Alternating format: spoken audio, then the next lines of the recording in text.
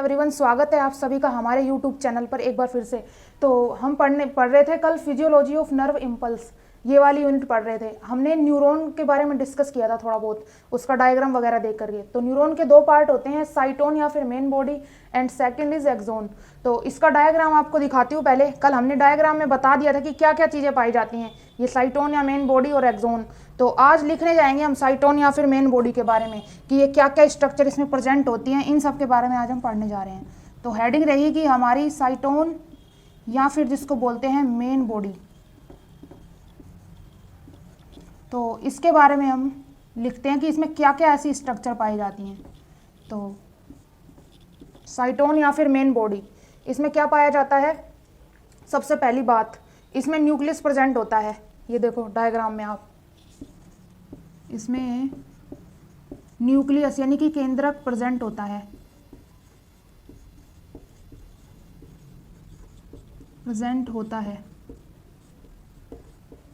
और इसमें nucleus present होता है। और ये जो आपको दिखाई दे रहे हैं इसमें न्यूरोफाइबर्स पाए जाते हैं।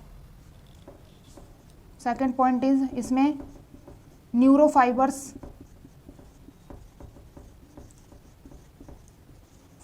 प्रेजेंट होते हैं। अब इसके अंदर ये न्यूरोफाइबर्स ये रहे, और जो ये निसेल बॉडीज भी पाई जाती हैं, जो आपको डॉट डॉट ये दिखाई दे रहे हैं, ये क्या है? निसेल बॉडीज। तथा इसमें निसेल बॉडीज भी पाई जाती हैं।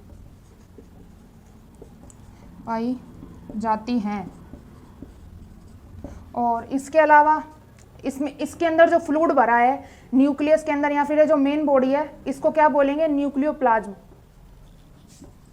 इसमें न्यूक्लियोप्लाज्म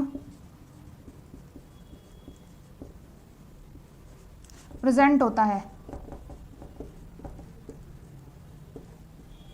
ये हो गया इसके अंदर ये जो स्ट्रक्चर पाई जा रही हैं साइटोन या मेन बॉडी में। अब इसके बाहर की तरफ देखो, ये क्या पाए जाते हैं? डेंड्रोइट्स जिनको बोला जाता है। तो इसको भी लिख लेते हैं कि इसमें क्या होता है कि इसमें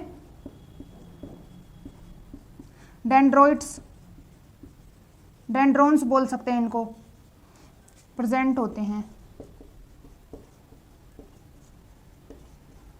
क्योंकि अधिकतर आपको डायग्राम के माध्यम से समझ में आएगा इसमें क्या क्या। वैसे तो आप भूल जाओगे, आपको डायग्राम इसका याद होना चाहिए न्यूरॉन का, तो उसके बेस पर आप इसके बारे में लिख सकते हो कि इसमें क्या क्या पाया जाता है साइटोन या फिर मेन बॉडी में। तो हमने लिख लिया इसमें क्या क्या पाया जाता है। इसके अलावा ये जो न्यूक्लियोप्लाज्म पाया जा रहा है, इसमें कई जैसे कि सेल ऑर्गेनेल्स जैसे माइटोकॉन्ड्रिया, ER, एंडोप्लाज्मिक रेटिकुलम, ये सारी चीज़ें ये भी पाई जाती हैं। तो लिख लगते हैं हम लिख सकते हैं इसमें सेल ऑर्गेनेल्स लाइक यानी कि कोशिकीय अंग। हाँ, तो इसमें cell organelles like ER, mitochondria present होते हैं।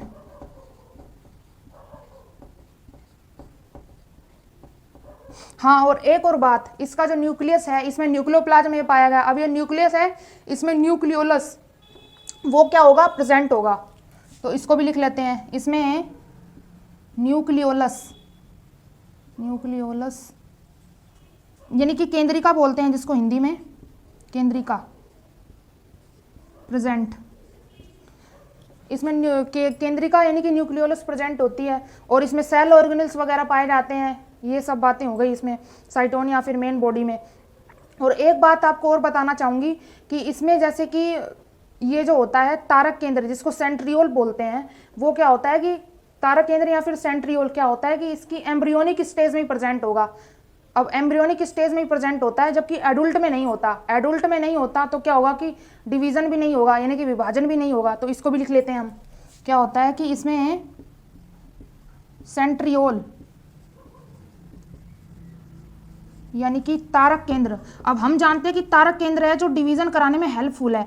अब क्या होगा कि तारक केंद्र इसमें प्रेजेंट होता है, किसमें? एम्ब्रियोनिक स्टेज में, यानी कि जब भ्रूण डेवलपमेंट हो रहा होता है तब पाई जाता है। इसमें सेंट्रियोल यानी कि तारक केंद्र प्रेजेंट होता है, किसमें?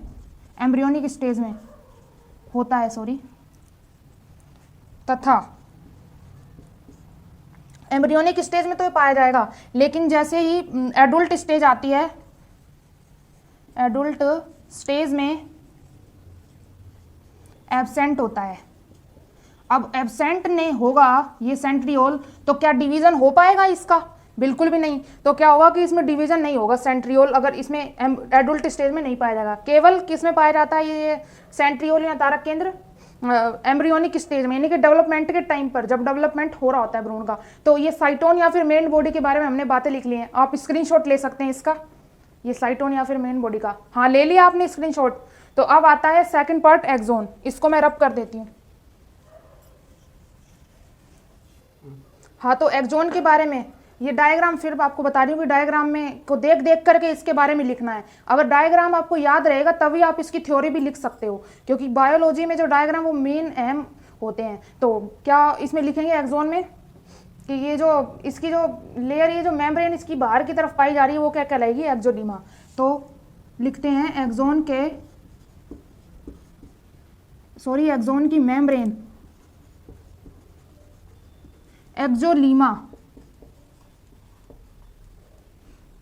कहलाती है।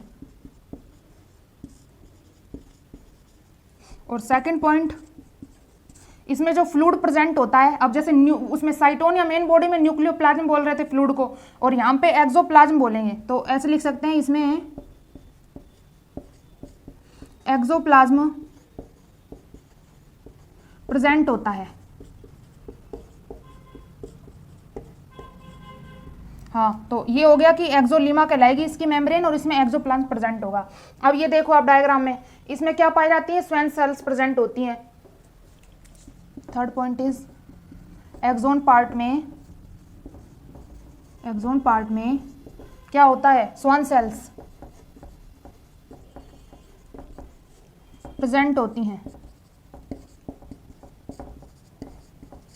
और fourth point is Schwann cells present होंगी, और इसके ऊपर क्या होगा कि माइलिन शीथ प्रेजेंट होता है। एक्सोन के ऊपर माइलिन शीथ, यानी कि माइलिन का आवरण प्रेजेंट होता है। हाँ, और इसके अलावा क्या है? इसमें रैनवियर के पर्व पाए जाते हैं। जो खाली स्थान आपको बीच बीच में रिक्त स्थान ये दिखाई दे रहे हैं, इनको बोलते हैं नोड ऑफ रैनवियर। तो फिफ्थ पॉइंट इज इसमें नोड ऑफ रैनवियर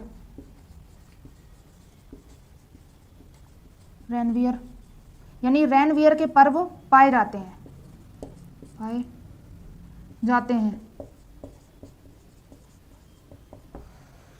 हाँ, तो यहां तक बात हो गई हमारा axolemma, Schwann cells, myelin sheath, node of Ranvier. और इसके जो एंड पार्ट है एक्सोन का, इसको क्या बोलेंगे? एक्सोन टर्मिनल या एक्सोन टर्मिनल बटन्स पाए जाते हैं। एक्सोन के एंड पार्ट पर, यानी कि आखिरी वाला जो भाग है उस पर एक्सोन टर्मिनल या बटन्स जिनको बोलते हैं, एक्सोन टर्मिनल बटन्स प्रेजेंट होते हैं। तो एक बार आप इसका स्क्रीनशॉट ले सकते हैं एक्सोन के बारे में, और मैं आपको आगे बताऊंगी एक्सोन वगैरह इनके बारे में। हाँ, तो ले लिया होगा आपने आई होप स्क्रीनशॉट। हाँ, तो ये जो एक्सोन है इसके बेस पर, मतलब ये जो माइलिन शीथ है इसके बेस पर यूं कह सकते हैं कि जो न्यूरॉन होती हैं दो टाइप की हो सकती हैं, मेडुलेटेड और नॉन मेडुलेटेड, यानी कि आच्छादित और अनाच्छादित न्यूरॉन जिसको बोलते हैं। मेडुलेटेड और नॉन मेडुलेटेड न्यूरॉन होती हैं। यानी कि यूं लिख सकते हैं हम कि ऐसी न्यूरॉन जिनके एक्सोन पार्ट पर माइलिन शीथ पाया जाता है, उसे मेडुलेटेड न्यूरॉन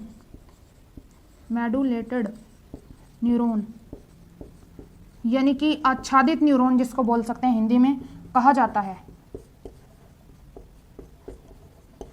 इसके अलावा 7वां पॉइंट लिख सकते हैं हम कि ऐसी न्यूरॉन जिनके एक्सोन पार्ट पर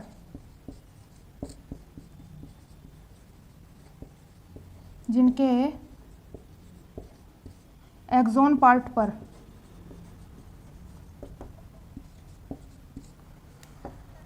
माइलिन शीथ एब्सेंट होती है, यानी कि माइलिन शीथ नहीं पाया जाता, क्या कहलाएंगी? Non medullated neuron, non medullated neurons कहलाती हैं, नॉन मेडुलेटेड न्यूरॉन कहलाती है या कहा जाता है। तो ये मेडुलेटेड और नॉन मेडुलेटेड न्यूरॉन हो गए, यानी कि आच्छादित और अनाच्छादित न्यूरॉन के बारे में हो गया कि एक्सोन पर माइलिन शीथ प्रेजेंट है तो क्या कहलाएगी? मेडुलेटेड, अगर एब्सेंट है तो नॉन मेडुलेटेड न्यूरॉन, यानी कि अनाच्छादित न्यूरॉन हो गई। तो ये साइटोन या मेन बॉडी के बारे में हमने लिख लिया है और एक्सोन के बारे में कंप्लीट लिख लिया है। अगर और इसका स्क्रीनशॉट आप ले सकते हैं, शायद आपने ले लिया होगा स्क्रीनशॉट। अब हम आगे डिस्कस करेंगे न्यूरॉन के बारे में, तो डिस्कस कर लिया है। अब टाइप्स ऑफ न्यूरॉन, यानी कि न्यूरॉन के बारे में डिस्कस करेंगे कि न्यूरॉन कितने टाइप की होती हैं। तो फर्स्ट आता है on the basis of function, यानी कि कार्य के आधार पर न्यूरॉन के प्रकार। तो इसको मैं रब कर देती हूँ, न्यूरॉन, टाइप्स ऑफ न्यूरॉन, यानी कि न्यूरॉन के प्रकार। फर्स्ट हम डाल रहे हैं किसके बेस पर? On the basis of function, यानी कि कार्य के आधार पर कि न्यूरॉन कौन कौन से कार्य करती है, उसके बेस पर कितने टाइप की होगी? 3 टाइप की। इस बेस पर न्यूरॉन कितने टाइप की होती है? 3 टाइप की। फर्स्ट आता है मोटर न्यूरॉन या इफरेंट न्यूरॉन, मोटर न्यूरॉन या फिर इफरेंट न्यूरॉन।